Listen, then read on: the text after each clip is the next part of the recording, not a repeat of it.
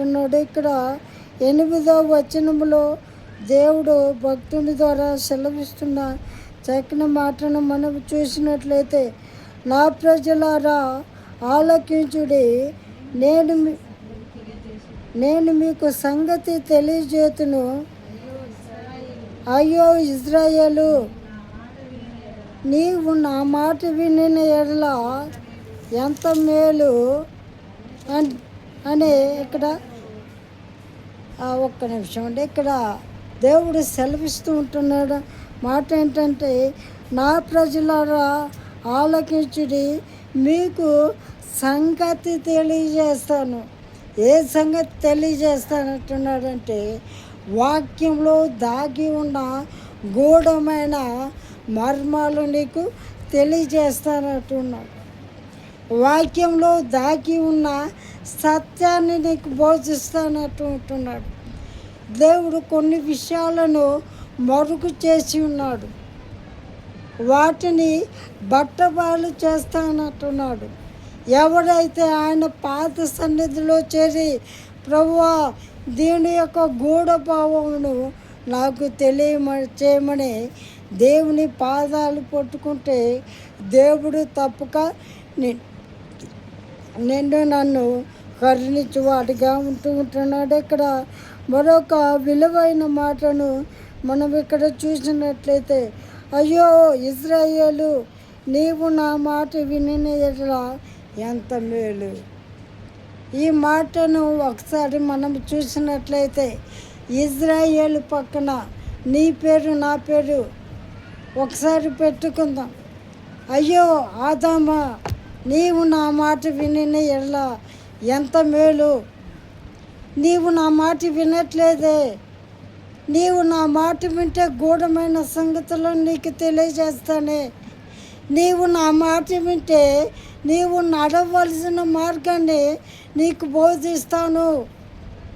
నీవు గ్రహింపలేని విలువైన సంగతులను నీకు తెలియజేస్తాను. నీవు నా మాట వినట్లేదు, నా యొద్ద నీవు గడపట్లేదు, నా యొద్దకు నీవు హృదయపూర్వకంగా రావట్లేదు. నీ పెదవులతో నన్ను ఆరాధిస్తూ ఉంటున్నావు, కానీ నీ హృదయం నాకు దూరముగా ఉన్నది. ఇకనైనా నీవు నా మాట విని అన్నిలో దేవతల్లో ఒకటైనా నీకు ఉండకూడదు. అన్యులు చేస్తున్న క్రియలు నీలో ఒక్కటి కూడా ఉండకూడదు. వారు సినిమాలకు వెళ్తూ ఉంటున్నారా, అది నీలో ఉండకూడదు. వారు దొంగతనాలు చేస్తున్నారా, అవి నీలో ఉండకూడదు. వారు శత్రువులను ప్రేమించట్లేదా, అది నీలో ఉండకూడదు. నీవు శత్రువులను ప్రేమించాలి.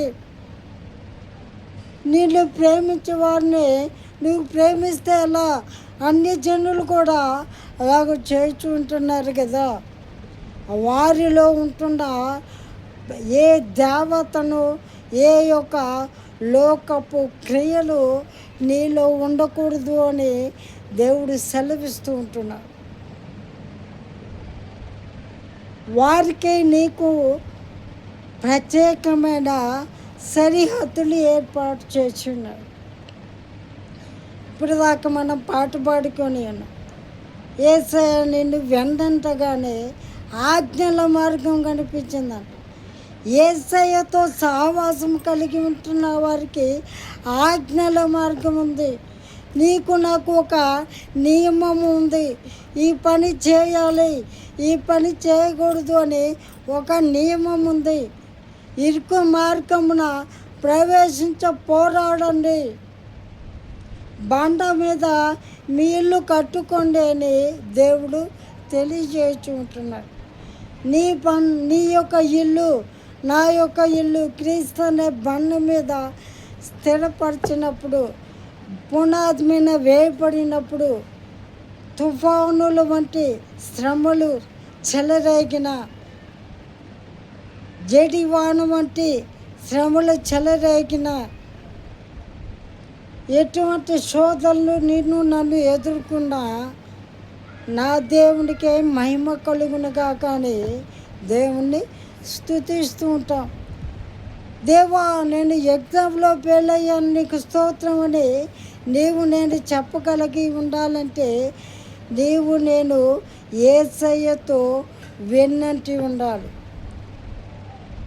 ఆయనలో మనము అంటుకట్టుబడి ఉంటే, ఆయన మార్గంలో నీవు నేను ఉంటే ఒక నియమము నీకు నాకు ఏర్పాటు చేయబడి ఉన్నదని గ్రహిస్తూ ఉంటాం. హల్లెలూయా. ప్రతి మాట మనము సింపుల్గా తీసుకోవద్దు. ప్రతి మాట మనము సింపుల్గా తీసుకుంటే మనలను మనము మోసం చేసుకుంటూ ఉంటాం. హల్లెలూయా. నేను కొన్ని మీటింగ్లకు వెళ్ళాను. ఒక మీటింగ్లో చెప్పారు, నేను చాలాసార్లు చెప్పాను, మీరు విన్నారో లేదో. తిమోతి పత్రికలో అధ్యక్ష పదవి ఆశింప కోరిన వాడు ఏకపత్ని పురుషుడై ఉండాలి అని తిమోతి పత్రికలో ఉంటుంది. ఆ మాటను ఎలా బోధిస్తూ ఉంటున్నారంటే అబద్ధ బోధకులు. ఒక దైవజనుడు ఒక్క స్త్రీని పెళ్లి చేసుకోవాలి, మిగతా వాళ్ళు ఎన్ని పెళ్ళిళ్ళైనా చేసుకోవచ్చు. ఈ మాట అజ్ఞానం గల వారు వింటే వారి సంసారాలు నాశనం అయిపోతుంది. హల్లెలూయా.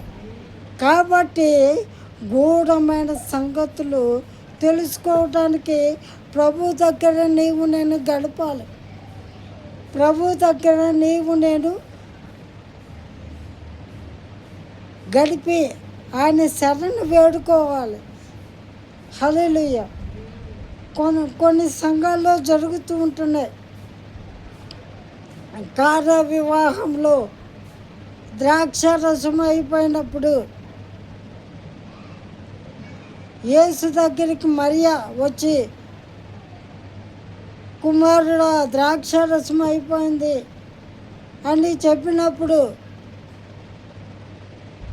ఆ యొక్క మధ్యలో జరిగినవన్నీ వదిలిపెట్టేసి ద్రాక్ష రసం చేశాడు. ఆ మరియమ్మ వచ్చి యేసుతో ద్రాక్ష రసం అయిపోయిందని చెప్పడం, అక్కడ నీటిని ద్రాక్ష రసముగా మార్చడం, ఈ రెండు సందర్భాలనే తీసుకొని యేసు తల్లి చెప్పిన మాట వింటాడు. కాబట్టి మరియమ్మను మనము పూజించాలి. మరియమ్మ చెబితే దేవుడు మనలో పరలోకంలో చేర్చుకుంటాడని దేవుణ్ణి క్రీస్తును స్తుతించకుండా మరియమ్మను స్తుతించేవారు ఉన్నారు. మరియమ్మను ఆరాధించే వారందరూ కూడా అందుకే ఆరాధిస్తూ ఉంటున్నారు. హల్లెలూయా. ఇటువంటి సంఘాలే ఎఫెసు పత్రికలో మద్యముతో మత్తులై ఉండకూడదు అనంటే లిమిట్గా తీసుకోమని దాని యొక్క అర్థమని చెప్పి బల్లారాధన కూడా వైన్లో ముంచి నోట్లో వేస్తూ ఉంటున్నారు. ఇటువంటి దౌర్భాగ్య బోధలు చెబుతున్న లోకంలో నీవు నేను ఉంటున్నావు. వాటికి నీవు నేను గురవ్వకుండా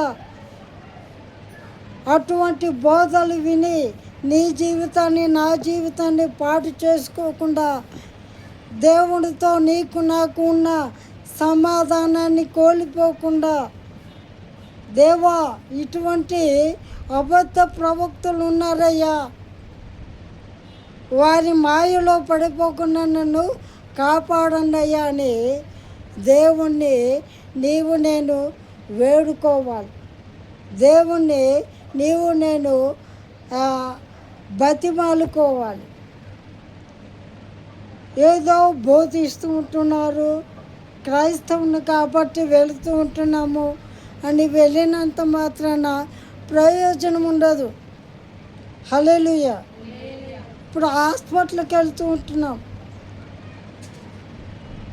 మన బలహీనతలను బట్టి టాబ్లెట్లు రాస్తూ ఉంటున్నారు. వారు రాసిన దానికంటే కాస్ట్లీ మందులు మనం తెచ్చుకుంటూ ఉంటున్నాం. ఎందుకంటే త్వరగా మనము స్వస్థత పొందుకోవాలని. కానీ అవి తెచ్చి ఇంట్లో పెట్టుకుంటున్నావు, ప్రయోజనం ఉందా? నువ్వు కొన్నది విలువైన టాబ్లెట్లే, ఖరీదైన టాబ్లెట్లే. డాక్టర్ నీ పరిస్థితిని బట్టి తక్కువ క్వాలిటీలో మందులు రాశారు. అయినా నువ్వు అప్పు చేసి విలువైన కాస్ట్లీ మందులు తెచ్చుకున్నావు, కానీ ఇంట్లో పెట్టుకున్నావు, బీరువాలో పెట్టి తాళం పెట్టావు. ప్రయోజనం ఏంటి? ధనము వ్యర్థమైపోతుంది. కొన్ని రోజులకు ఆ టాబ్లెట్లు కూడా ఎక్స్పైర్ అయిపోతూ ఉంటాయి. దానివల్ల ప్రయోజనం ఉండదు. అలాగే అనేక బలమైన వర్తమానాలు వింటున్నాం, బైబిల్ చదివి తెలుసుకుంటూ ఉంటున్నాం. ప్రయోజనం ఏంటి? బయటికి వెళ్ళి యథావిధిగా ఇతరులతో గొడవ పడుతుంటున్నాం, సినిమాలు చూస్తూ ఉంటున్నాం, వ్యర్థమైన జీవితాలు జీవిస్తూ ఉంటున్నాం, వ్యర్థమైన అలవాట్లతో తులతూగుతూ ఉంటున్నాం, వ్యర్థమైనవి తింటూ వ్యర్థమైన వాటితో గడుపుతూ ఉల్లాసిస్తూ ఉంటున్నాం. ప్రయోజనం ఏంటి? నీ జీవితం, నా జీవితం నరకాగ్నికి గురైపోతూ ఉంటుంది. పరిశుద్ధాత్ముడు నీకు నాకు దూరం అయిపోతూ ఉంటాడు. హల్లెలూయా. కాబట్టి ఇకనైనా మన జీవితాలు ప్రభుకు సమర్పించుకొని, అయ్యా చెబుతూ ఉంటున్నావు, నా మాట విను ఇజ్రాయేలు, ఇకనైనా నా మాట విను, అన్నుల దేవతల్లో ఏది కూడా నీలో ఉండవద్దని చెబుతూ ఉంటున్నావు. నీ బిడ్డగా నేను వాటిలో పాలు పంపులు పుచ్చుకోకుండా నీ పరిశుద్ధ సహాయమును నాకు అందించమని దేవునికి ప్రార్థించే బిడ్డలముగా నీవు నేను ఉండాలని ప్రభు పేట కోరుకుంటూ చిన్న మాటలు దేవుడు దీవించునుగాక. ఆమేన్, ఆమేన్, ఆమేన్. ఇది